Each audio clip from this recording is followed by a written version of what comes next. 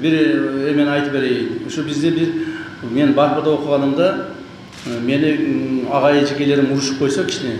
Şu birinci etajdagi bir klasslarda birinci etajdagi anda 3 etaj mektebimizde жаңы эле окуга кирдик эле. Birinci etajdagi mektepтердин бүт айнектерин сындырып чыкканмын да. Ушундай жаман бала болчу. Анан ошондо мени атам укмуш катуу тарбиялап, ошо бүгүнкү чейин эсиме чыкпайт.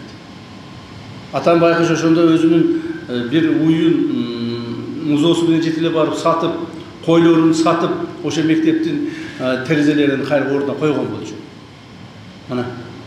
Ошонун сыңарында эгерде ошону биз бирөө жарым ошондо мени калкалап, же болбосо бекитип койсо, мүмкүн мен андан да жаман чоңураак укук бузууларга жана кылмыштарга барып калышым мүмкүн эле, туурабы?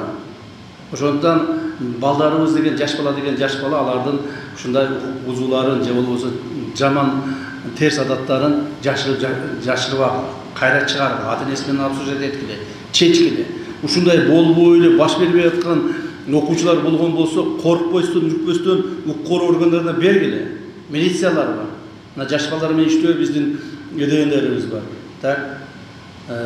Ошолорго бергиле.